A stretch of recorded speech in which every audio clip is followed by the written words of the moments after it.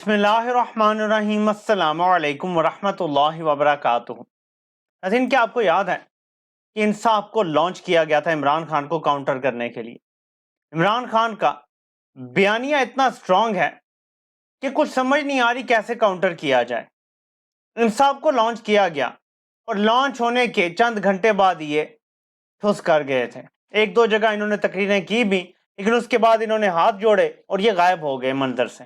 नाज़रीन, इसके बाद एक सिलसिला शुरू हुआ जुल्म का, जबर का, क्योंकि दलील खत्म हो गई थी। जब इनको लॉन्च किया गया मुबैना तौर पे, तो तब मैंने एक वीडियो में कहा था कि मैं इस अमल की तारीफ करता हूँ। यहाँ पे मुकालमा होना चाहिए, बयानिया आप भी बनाएं, बयानिया आपके मुखालिफ भी बनाएं। जिसका बयानिया लोगों को दिल पे लगेगा, सच लगेगा, वो उसको कबूल कर लेंगे, और ये एक अच्छा तरीका था। मैं इसको काबिल तारीफ समझता हूँ। आज नाज़रीन, मुझे कुछ शौक लगा, और वो शौक ऐसे लगा कि मैंने दो क्लिप सुने। अब मैं क्योंकि यूट्यूब वगैरह बहुत कम देखता हूँ ज़ाती तौर पे, ये क्लिप मैंने ट्विटर पे देखे। एक क्लिप में इंजीनियर मोहम्मद अली मिर्ज़ा साहब ये कह रहे हैं कि इमरान रियाज खान ने, यानी इस्टेब्लिशमेंट के कहने पे, मैं आपको खुल के बताता हूँ, इस्टेब्लिशमेंट के कहने पे फाइलें शाइलें जो उन्होंने दिखाई, इमरान रियाज खान झूठे इल्जामात लगाते रहे। उस वजह से जो उनके साथ हुआ है वो सफर इसीलिए कर रहे हैं, यानी हुब्बुल वतनी के नाम पे जो वो झूठ बोलते रहे, वही हुब्बुल वतनी इन्हें भी आके डस गई है।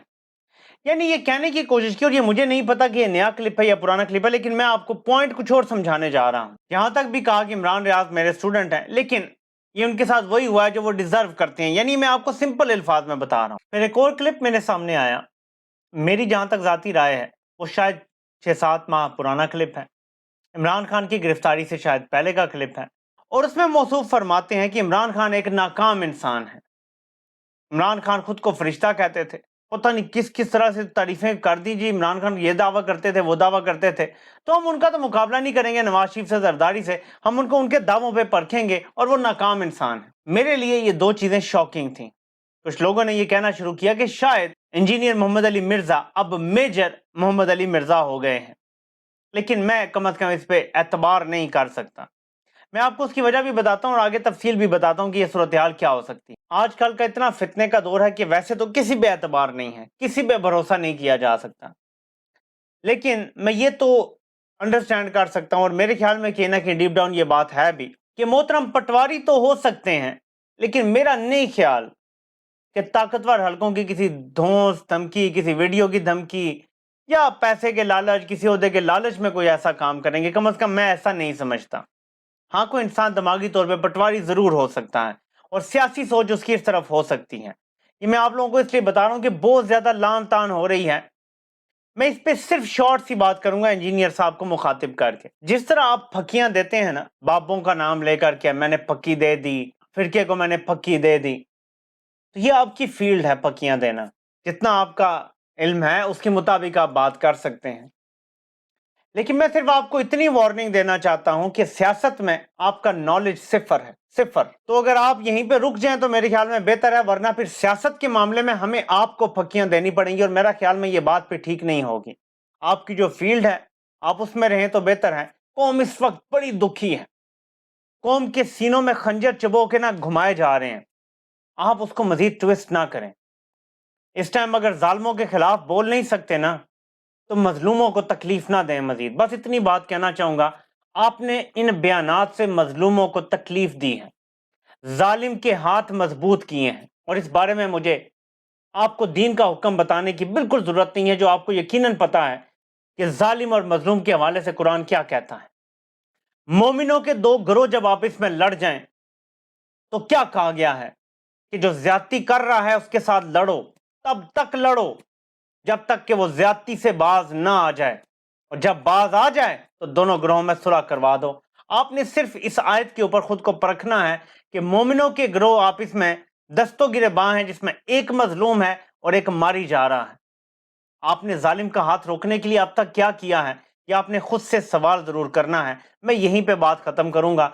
मैं ज्यादा कोई राय नहीं देना चाहता। ये वीडियो नई है या पुरानी है, डजंट मैटर, लेकिन अगर आपकी ये राय इस सारे जुल्म के बावजूद है, तो आपको थोड़ा सा गौर करना चाहिए। और मैं समझता हूं कि आपको सियासत में दखल अंदाजी नहीं करनी चाहिए। आप अपनी फील्ड में रहेंगे तो आपका काम ठीक चलेगा। सियासत में छलांग लगाएंगे तो यकीन करें کہ جو हाल नवाज शरीफ का हुआ है और जो एक और मोटिवेशनल स्पीकर की मैंने शुरू में तस्वीर दिखाई थी, आपका हाल इससे भी बुरा होगा। जब अल्लाह इज्जत देता है तो मेरे ख्याल में उस इज्जत का ख्याल रखना चाहिए। इस वक्त वाज़ेह खल्क नकार खुदा है, इसको यही समझें और इससे टक्कर मत लें तो ज्यादा बेहतर है। सिर्फ इतनी सी बात करना चाहूंगा और ये मेरा आपको चैलेंज है। आप इमरान खान की 27 साल सियासी जिंदगी कौम के सामने है और उसके क्लिप्स भी मौजूद हैं। एक जगह बता दें जब इमरान खान ने कहा मैं फरिश्ता हूं, जबकि मैं आपको 20 क्लिप्स निकाल के दे सकता हूं। जी मेरा चैलेंज है आपको, जिसमें इमरान खान कहता है कि मैं एक गुनाहगार इंसान हूं, मैं अल्लाह से माफी मांगता हूं अपने गुनाहों की, मैं परफेक्ट नहीं हूं। इमरान खान ने आज तक अपने किसी गुनाह से इनकार नहीं किया और आप कह रहे हैं जी वो तो फरिश्ता कहता है अपने आप को, वो ये कहता है। वो नहीं कहता, अवाम उसको मानते हैं, उसके बदतरीन मुखालिफ भी उसे करप्ट नहीं मानते। उसकी गवाही अरशद शरीफ शहीद देकर गया है कि मुझे बुला के कहा कि कोई करप्शन निकालो, क्योंकि वो भी करप्शन नहीं ढूंढ सके, इसलिए पूछते रहे साफियों से कि खुदारा तुम कोई निकाल दो हमें, वरना उनके पास हर किसी की फाइलें होती हैं। इमरान खान की कोई फाइल उनके पास नहीं है, वरना साइफर केस बनाने की जरूरत ना पड़ती, 9 मई का ये डकोसला करने की जरूरत ना पड़ती अगर इमरान खान करप्ट होता दूसरे लोगों की तरह। कौम बड़ी दुखी है, इसको मजीद दुख मत दें, बस मैं इतना ही कहना चाहूंगा। 9 मई के नाम पे जिस तरह से शोहदा के खून की तौहीन की जा रही है, अब बात मेरी बर्दाश्त से ऊपर चली गई है। सब बर्दाश्त किया जा सकता है, हम अवाम हैं, सिविलियंस हैं, हम ये जुल्म बर्दाश्त कर लेंगे, लेकिन जो शोहदा के साथ किया जा रहा है, वो सिविलियन हो या वर्दी वाले हो, दोनों मैं आप बता रहा हूं, शोहदा के साथ जो किया जा रहा है ये जुल्म नाकाबिले बर्दाश्त। शोहदा की फैमिली को जबरदस्ती मीडिया पे बिठा के कहा जा रहा है कि कहो जी फौजी अदालतें बहाल करो, उनसे 9 मई के बारे में बातें करवाई जा रही हैं। मेरा पहला सवाल है, 9 मई को आप बताएं कोई एक बावर्दी एहलकार शहीद हुआ हो, कोई इसको खराज तक आई हो? 25 सिविलियन शहीद हुए उस दिन, किसने मारे?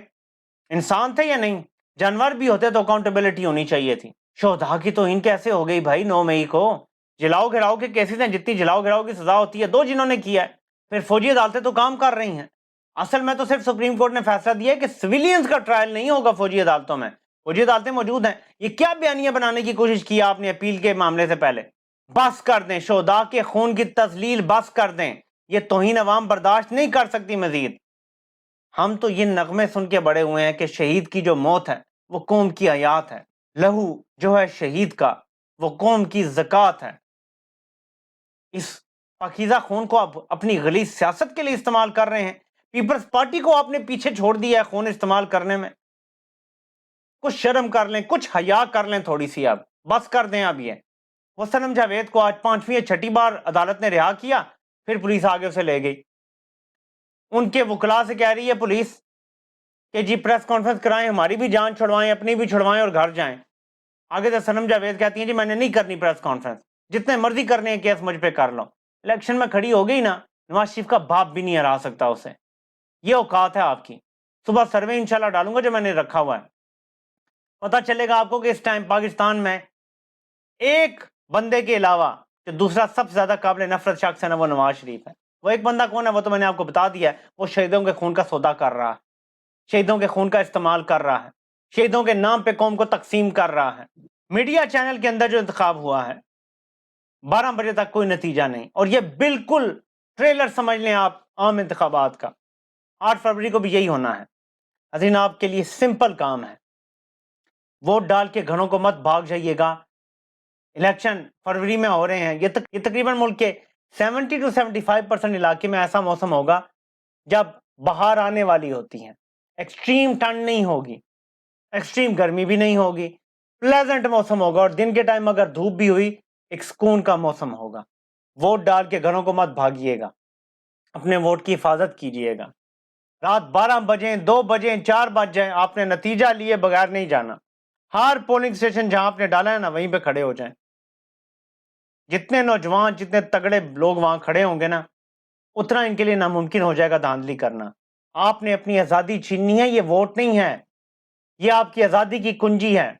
ये अबाबीलों की चोंच में वो कंकर है जो बड़े बड़े हाथियों को रेजा रेजा कर देगा। अपनी ताकत को आपने पहचान के उस दिन बाहर भी निकलना है और अपने वोट की हिफाजत भी करनी है। तहरीक इंसाफ पूरे मुल्क की हर सीट पे कैंडिडेट खड़े करेगी। ये पहली बार ऐसा होगा कि कोई सियासी जमात 100% सीटों पे कैंडिडेट खड़े करेगी।